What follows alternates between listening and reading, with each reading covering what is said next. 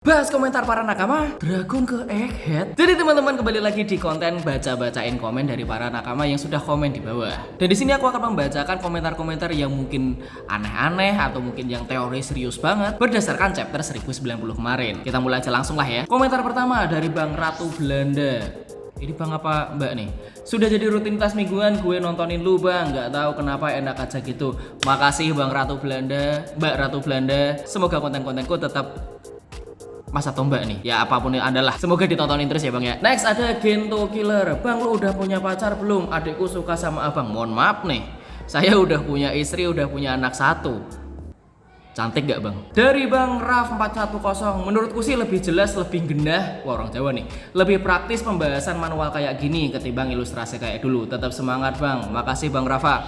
Jadi kan format pembahasan videoku kan berubah ya, dari yang aku rekam dari jauh terus aku masukin ilustrasi-ilustrasinya karena produksi yang lebih ribet lagi karena pekerjaanku lebih banyak. Akhirnya aku langsung rekam layar laptopku aja. Dan ya terima kasih, ternyata ada yang suka dengan format baru ini. Dan ini ada komentar dari Bang Hikari Rini. Bang apa mbak? Ini aku nggak ngerti lah. Fans, Robin kemana nih? Pasti kesini, kesana, ke tempat lain. Udah, Robin gak kemana-mana. Ini yang aku buat di video kemarin di review 1090, bahwa banyak sekali teori yang berkata di chapter 1089 Robin itu pergi karena dia gak kelihatan di frame terakhir tuh. Tapi ternyata dia cuma berada di belakang Jinbei, lagi terluka dan dirawat sama Chopper. Ini Oda iseng banget. Dan kita sampai di teori pertama kita, yaitu dari Bang Junaki Hiro 7315. Apakah Satan bukan manusia? Soalnya dia menyebut orang lain manusia.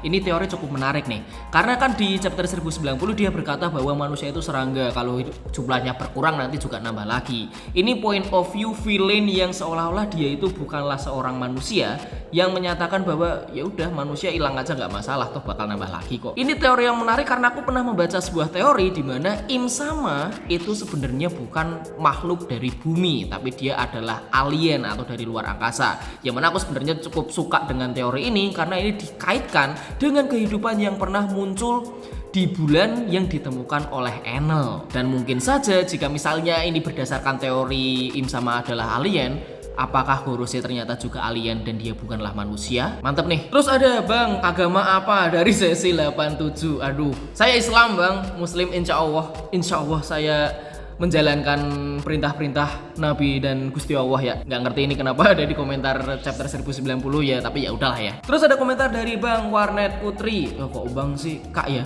Kak Putri 3365, saya nungguin momen Seraphim Ular bertemu dengan Buah Hancock. Akankah mereka ribut memperebutkan Luffy? Dan langsung dibalas dengan Bang Muhammad Rozak 766. Kalau Hancock tahu gimana ya? Aduh, ini momen yang menurutku bakal epic banget kalau suatu saat nanti kita bisa melihat Luffy itu diperebutkan live oleh Buah Hancock dan Ace Snake. Dan pastinya reaksi antara Buah Hancock dan Ace Snake ketika mereka bertemu itu bakal epic banget. Karena kita juga masih belum tahu ya, para mantan Shichibukai ini tahu keberadaan Seraphim gak ya? Dan kalaupun mereka tahu, apakah Seraphim yang baru ini dibuat berdasarkan darah mereka yang diambil? Menarik banget tuh. Dan apakah mungkin ada plot twist dari Oda suatu saat nanti kalau mereka bertemu Ace Snake dan Buah Hancock, bukannya malah memperebutkan Luffy, mereka malah sharing nih, karena mereka sama-sama dari kehidupan yang sama kan, dari darah yang sama. Ya udahlah, kita mencintai pria yang sama aja. Luffy poligami nggak tuh? Dan sekarang aku akan membacakan teori atau komentar-komentar yang berhubungan dengan Elbaf yang sempat dibahas di 1090 kemarin, yaitu ada dari Bang Nur Rusdian Syah. Nggak sabar arc Elbaf, penasaran sama si Pangeran Elbaf, sama mudahan Robin ketemu si Soul atau apa namanya sih, Jaguar de Saulo. Wah itu juga itu momen yang benar-benar menyenangkan ya, dimana Robin suatu saat nanti akan bertemu dengan Jaguar de Saul. Tapi masalahnya kita masih belum tahu nih, Jaguar de Saul itu posisinya sekarang beneran di Elbaf atau enggak. Dan apakah seperti teori yang kemarin aku pernah bahas, yaitu pria dengan luka api yang dimaksud dengan Kid itu adalah Jaguar de Saul. Dan menurutku semoga di Elbaf beneran ya, karena aku yakin memori ketemuan di Elbaf Robin dengan Saulo itu bakal bagus banget sih. Bayangin ketika mereka bertemu, Saulo melihat Robin bersama kru topi jerami lalu pertama, tuh kan Robin, akhirnya kamu nemu teman-teman yang benar-benar peduli sama kamu. Aduh, itu bakal jadi momen yang epic banget. Terus ada komentar dari Bang Yurika 137. Kalau udah didengar Luffy dan dia tertarik 100% ke sana sih, tak ada yang bisa mengubah keputusan Bakasencho kecuali keadaan yang sangat-sangat darurat. Anjir, keadaan darurat aja dia masih ngeyel kan. Dan aku yakin bukan yakin sih, berdoa. Aku masih berdoa, berharap ayo kita doa bareng-bareng. Setelah ini kita 100% ke Elbaf nih. Ini bener-bener selain ditunggu Luffy sama Usopp, ini semua fans nakama One Piece di dunia pasti pengen arc Elbaf terjadi. Terus ada dari Bang Grimfin 22, kalau ke Elbaf ketemu Kid lagi. Dibales nih sama Bang Roy Hetaria 2816. Tapi Kid dan krunya udah modar. Ini masih menjadi perdebatan ya, apakah Kid dan anak-anaknya itu mati? Tapi menurutku sih enggak, karena kita diperlihatkan waktu dikalahin Shanks kan dia tenggelam aja. Dan kita juga tidak diperlihatkan seperti siapa Lau yang kabur bersama Beppo kan. Kita cuman dilihatin Kid tenggelam. Jadi mungkin aja setelah mereka tenggelam, Shanks dengan baik hati atau mungkin warga-warga dari Elbaf langsung ngangkut Kid sama teman-temannya ke atas Elbaf dan mereka ketemu lagi deh di Elbaf. Lanjut ada Doa Bundo 6067. Mudah-mudahan arc Elbaf bakalan jadi arc panjang kayak Wano atau Dressrosa. Aku juga harap begitu nih. Karena ternyata Egghead itu hanya sebagai arc perantara ya. Kalau ibaratnya kita masuk ke New World, itu mungkin kayak di Panghazard. Egghead itu sama kayak Panghazard. Bukan arc yang besar-besar banget, tapi cuman perantara untuk menuju ke Dressrosa dan nanti menuju lagi ke Zoo dan terus lagi ke Whole Cake Island, terus ke Wano. Mungkin kayak gitu ya. Karena aku merasa Egghead ini bukan menjadi arc yang gede banget. Mungkin kalau dari awal Grand Line ini bisa dibilang kayak Whiskey Peak gitu ya, sebelum ke arc-nya Alabasta gitu. Mungkin loh ya. Tapi aku berharapnya tetap gede sih. Masalahnya kalau misalnya Elbaf itu menjadi pulau yang dilindungi oleh siapa? Oleh bajak lautnya Shanks, dan ini menjadi pulau yang arc gede, otomatis kan harus ada villain di situ. Lah villain di Elbaf siapa? Orang Shanks yang melindungi tempat Elbaf kok. Masa jangan-jangan bos terakhir di Elbaf nanti Shanks? Terus ada Khairul Akbar 1916. Mudah-mudahan bertemu dengan Shanks. Sudah menunggu sejak tahun 2016. Masa sudah 2023 belum bertemu juga? Terus dijawab oleh Bang Roy Hetaria 2816. Kayaknya tadi komen ya. Semoga Shanks sudah pergi meninggalkan Pulau Elbaf sebelum Luffy beserta krunya dan Dr. Vegapunk lainnya tiba di Pulau Elbaf. Dan juga tidak sabar kita akan melihat Robin akan bereuni dengan Saul setelah bertahun-tahun terpisah sejak insiden O'Hara. Dibalas lagi, ini seru komen-komenannya nih. XNXX7084. Menurutku Luffy harus bertemu dengan Shanks. Bukankah sudah waktunya bagi Luffy untuk mengembalikan topinya? Tambah Bang Edelweiss 8498. Belumlah, topi itu identitas dia dan ciri khas bajak laut topi jerami. Mungkin itu akan benar-benar dikembalikan kalau Luffy udah jadi raja bajak laut. Bahkan mungkin setelah itu gak bakal menarik lagi kalau itu dikembalikan secepat itu. Ini jadi perdebatan di antara para nakama nih. Kalau misalnya Luffy dan kawan-kawan ke Elbaf ketemu sama Shanks apa enggak? Permasalahannya di chapter ketika Shanks bertemu dengan Kid itu kan dia sebenarnya mau pergi dari Elbaf untuk menuju ke pulau, nggak tahu, nggak dijelasin juga. Pokoknya dia mau pergi gitu aja. Tapi tiba-tiba ada Kid yang menghalangi. Bisa jadi setelah mengalahkan Kid, Shanks pergi, Luffy dateng. Jadi mungkin kayak selipan apa sih? Selisihan tuh datangnya. Jadi kemungkinan malah Luffy nggak ketemu dengan Shanks. Karena menurutku bener kata Bang Edelweiss ini, kayaknya menurutku masih belum waktunya Luffy itu bertemu dengan Shanks. Aku berharap Shanks itu akan menjadi momen agak akhir-akhiran di One Piece gitu. Waktu menyerahkan topi jeraminya Luffy ke siapa? Ke Shanks gitu kan. Bayangin ending One Piece scenes terakhirnya Luffy sama Shanks depan-depan terus bilang, Shanks, aku kembalikan ini topimu, tapi aku akan merebutnya kembali. Ayo kita bertarung. Anjir, itu bakal jadi momen yang keren banget. Dan langsung the end. Wah. Lalu ada komentar dari Bang Lutfi Rahmat 5788. Kalau Luffy ke Elbaf terus ketemu penduduk Elbaf dengan ukuran penduduknya yang raksasa, Luffy kepikiran pakai jurus Gomu no Gigan dalam mode Gear 5 biar bisa berbaur. Ini menarik banget loh. Kan emang Elbaf raksasa semua. Luffy kan manusia biasa. Jadi kalau dia mau ngobrol santai, ngopi-ngopi enak gitu kan tinggi banget ya, kayak susah ya. Jadi mungkin oke lah.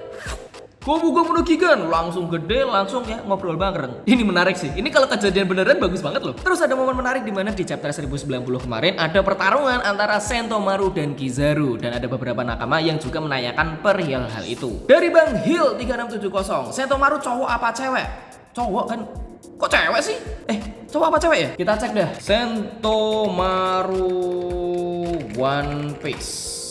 Oke, Sentomaru One Piece. Sentomaru is a large man. Nah, berarti kan cowok ya, man. Udah jelas cowok. Kan Anda membuat saya kepikiran malahan nih. Padahal saya udah mantap jawabannya laki-laki loh. Terus dari Bang Khairul Irfan, Kizaru admiral paling santai. Ternyata punya prinsip yang kuat juga ya. Ya benar-benar ini juga aku agak kaget ya di chapter ini. Kizaru kan kayak orang yang kayak anjing pemerintah banget. Apa-apa dituruti.